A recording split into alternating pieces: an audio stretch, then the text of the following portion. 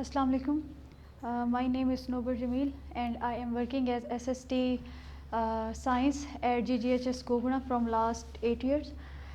So now I will teach you a topic of physics, that is Newton's laws of physics.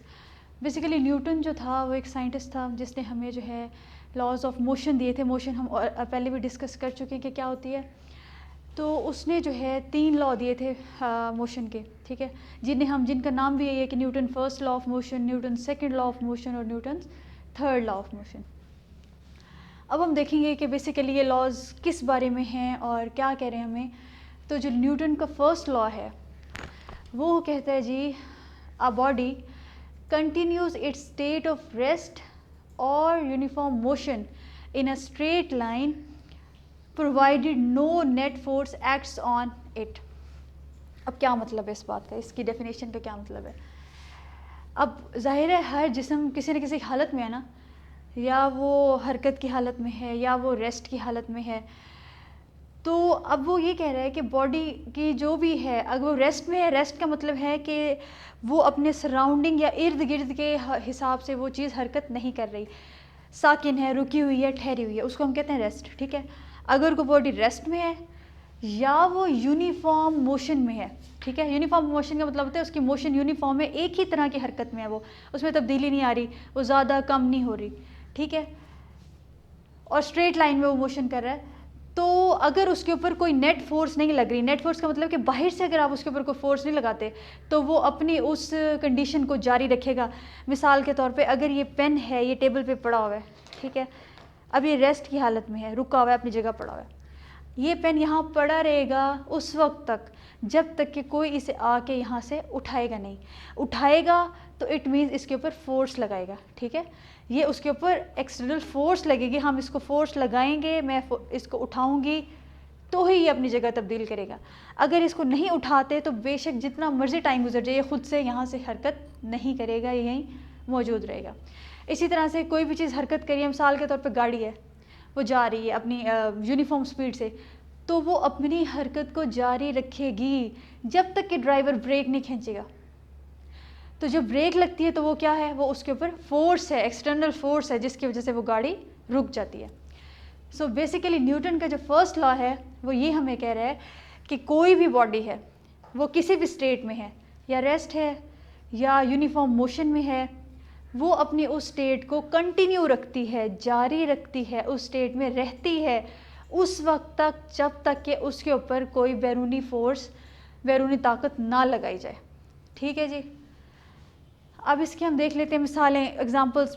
जैसे मैंने अभी आपको example दिया है कि पेन जो है या बुक जो है टेबल पे पड़ा हुआ है, तो वो जो है उसके ऊपर पड़ा रहेगा और उसने अपनी जो है हरकत जो है वो अपनी स्टेट जो है वो चेंज नहीं करनी.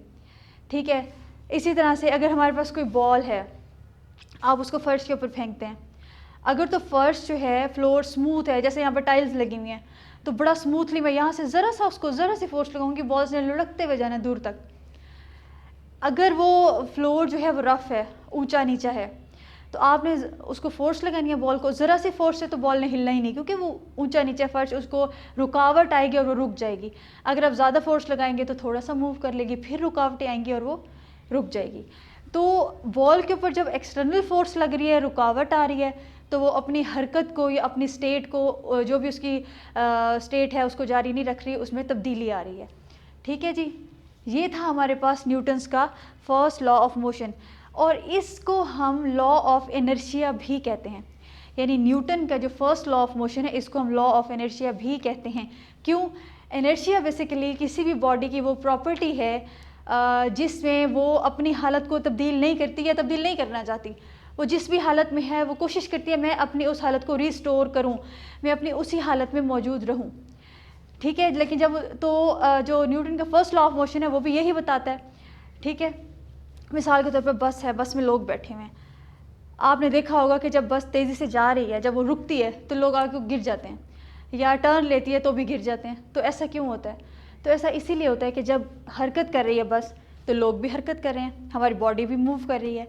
अब जब बस रुकती है तो बॉडी का लोअर पार्ट जो सीट के साथ है वो रुक जाता है, और जो अपर पार्ट है उसकी कोशिश होती है मैं अपनी उसको जारी रखूं, मोशन को, जिस हालत में उसमें रहूँ, तो जिसकी वजह से जो है वो आगे को सीट से पैसेंजर गिर जाता है। ठीक हो गया। अब हमारे पास नेक्स्ट है जी न्यूटन का सेकेंड लॉ। अब सेकेंड लॉ क्या कहता है हमें? सेकेंड लॉ कहता है जी net force acts produce acceleration in a body, यानी किसी भी बॉडी पे आप कोई नेट फोर्स लगा रहे हैं, ठीक है, वो फोर्स उसके अंदर क्या पैदा करती है? एक्सेलरेशन। अब एक्सेलरेशन भी ऑलरेडी डिस्कस हो चुका है कि rate of change of velocity, basically उसको हम क्या कहते हैं? एक्सेलरेशन। अब जो एक्सेलरेशन प्रोड्यूस हो रहा है बेसिकली उसका जो मैग्नीट्यूड है, ठीक है, वो क्या होगा? वो डायरेक्टली प्रोपोर्शनल होता है नेट फोर्स के और इन्वर्सली प्रोपोर्शनल होता है मास के। यानी यूँ कह लें कि जब कोई फोर्स लग रही है किसी भी बॉडी के ऊपर, अब उसके अंदर एक्सेलरेशन पैदा हो रहा है। अब एक्सेलरेशन कितना पैदा होगा? ठीक है, वो एक्सेलरेशन उतना पैदा होगा जितनी आप उसके ऊपर फोर्स लगाएंगे। ठीक है, मिसाल के तौर पे कोई भी चीज़ है, आपने किसी बॉल को फेंकना ही है, ठीक है, अगर आप उसको ज़रा सी फोर्स लगाएंगे वो थोड़ी सी उसमें एक्सेलरेशन पैदा होगी, थोड़ी सी मूवमेंट करेगी वो।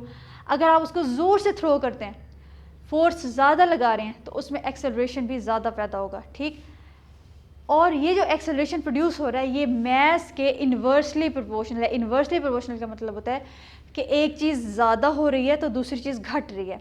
डायरेक्टली प्रोपोर्शनल और इन्वर्सली प्रोपोर्शनल जो हैं ये दो चीज़ें हैं। डायरेक्टली प्रोपोर्शनल होता है कि दो चीज़ों के दरमियान ताल्लुक है, बेसिकली एक चीज़ बढ़ रही है दूसरी भी बढ़ रही है, फोर्स आपने ज़्यादा लगाई, एक्सेलरेशन भी ज़्यादा प्रोड्यूस हुई, ये हुआ डायरेक्ट रिलेशन।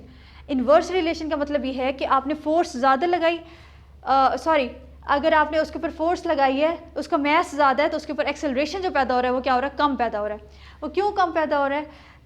क्योंकि अगर एक छोटी व्हीकल है, मिसाल के तौर पे हम देखते हैं कार है छोटी, अगर उसको हिलाना है वो चल नहीं रही, दो लोग भी धक्का लगाएंगे तो वो हिल जाएगी अपनी जगह से, थोड़ा सा मूव करेगी।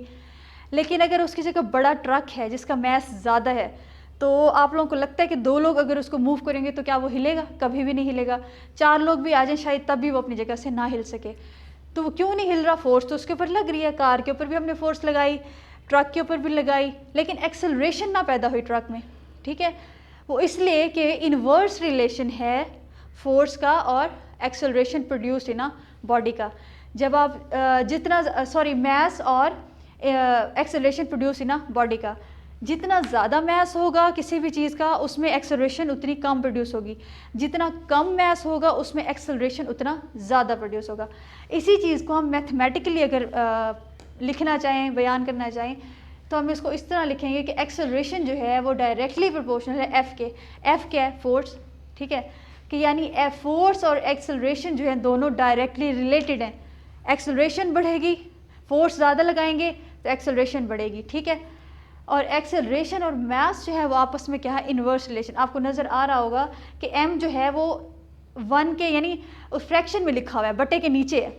ठीक है, तो यानी इनमें इन्वर्स रिलेशन है, मास ज़्यादा एक्सेलरेशन कम, मास कम एक्सेलरेशन ज़्यादा।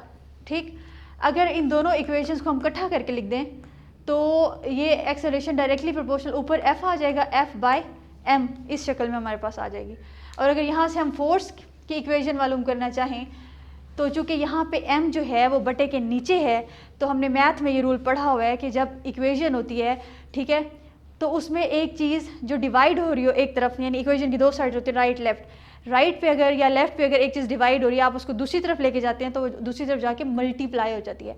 अगर मल्टीप्लाई हो रही है दूसरी तरफ जाके उसने डिवाइड हो जाना है। सो यहाँ पे m है, अगर इसको हम यहाँ से f की वैल्यू निकालना चाह रहे हैं, मैं इस m को हटाना चाहती हूँ, यहाँ पे m डिवाइड हो रहा है, m ने इधर आके इसके साथ क्या हो जाना है? मल्टीप्लाई। तो यहाँ ये इक्वेशन में आपके पास आ जाएगी f directly proportional to m multiply by a।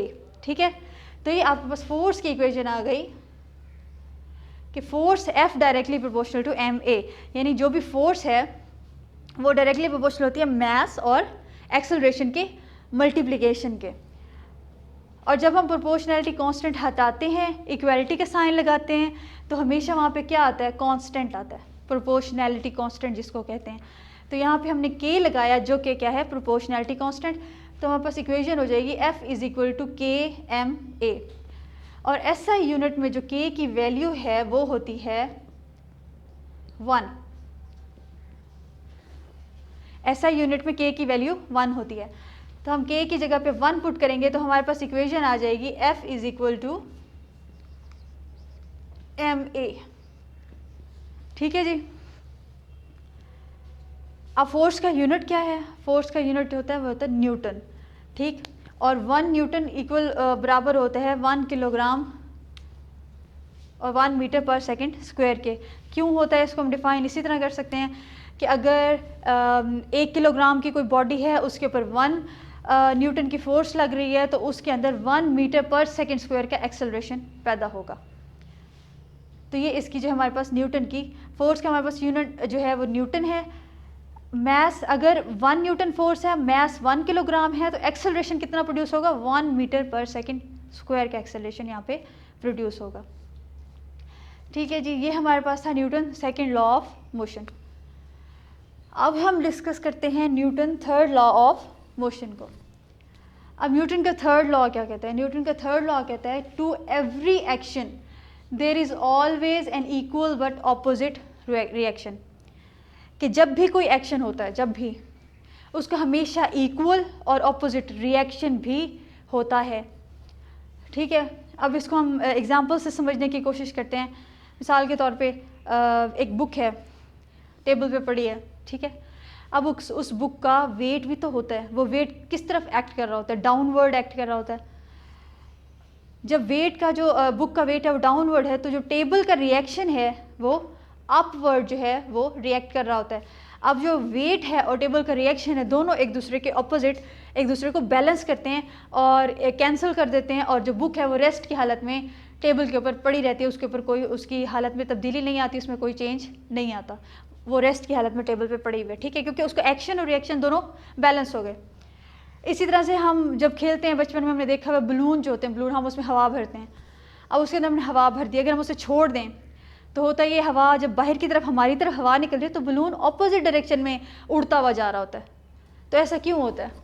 ऐसा इसीलिए हो रहा होता है कि बलून के अंदर जो हवा हमने भरी है वो हवा जब बाहर को आ रही है, बाहर उसकी अगर डायरेक्शन इस तरफ की है, बाहर इस तरफ को निकल रही है, तो उसका जो एक्शन का रिएक्शन है ना, नहीं बलून की मूवमेंट, हवा का निकलना एक्शन हुआ और बलून का जो मूवमेंट है वो क्या रिएक्शन।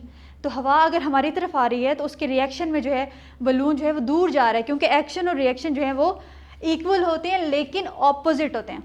बराबर होंगे लेकिन ऑपोजिट डायरेक्शन में एक्ट कर रहे होंगे। तो बलून हवा हमारी तरफ आ रही है तो बलून उसके ऑपोजिट डायरेक्शन में हरकत करता हुआ दूर चला जाता है। ठीक है, इसी तरह से रॉकेट, हम सब ने पढ़ा हुआ है साइंस में कि रॉकेट में जब वो फ्यूल डालते हैं तो उसके अंदर जो है बर्निंग गैसेस पैदा होती हैं। वो जब बर्निंग गैसेस बाहर को निकलती हैं बड़ी तेज़ी से, बहुत स्पीड से वो इजेक्ट होती हैं, तो उसके जो रिएक्शन में जो रॉकेट है ना वो ऑपोजिट डायरेक्शन में ऊपर को मूव करता है। तो ये भी एक्शन और रिएक्शन के उसके ऊपर जो है अमल कर रहा होता है। रॉकेट जो है उसकी जो गर्म गैसेस हैं वो बाहर को आ रही हैं, नीचे को डाउनवर्ड, और जो रॉकेट है उसके ऑपोजिट डायरेक्शन में ऊपर को जा रहा है। ठीक है जी। सो ये था Newton third law of motion. So ये हमारे 3 लॉज थे। होपफुली आप सबको समझ आ गए होंगे। Thank you.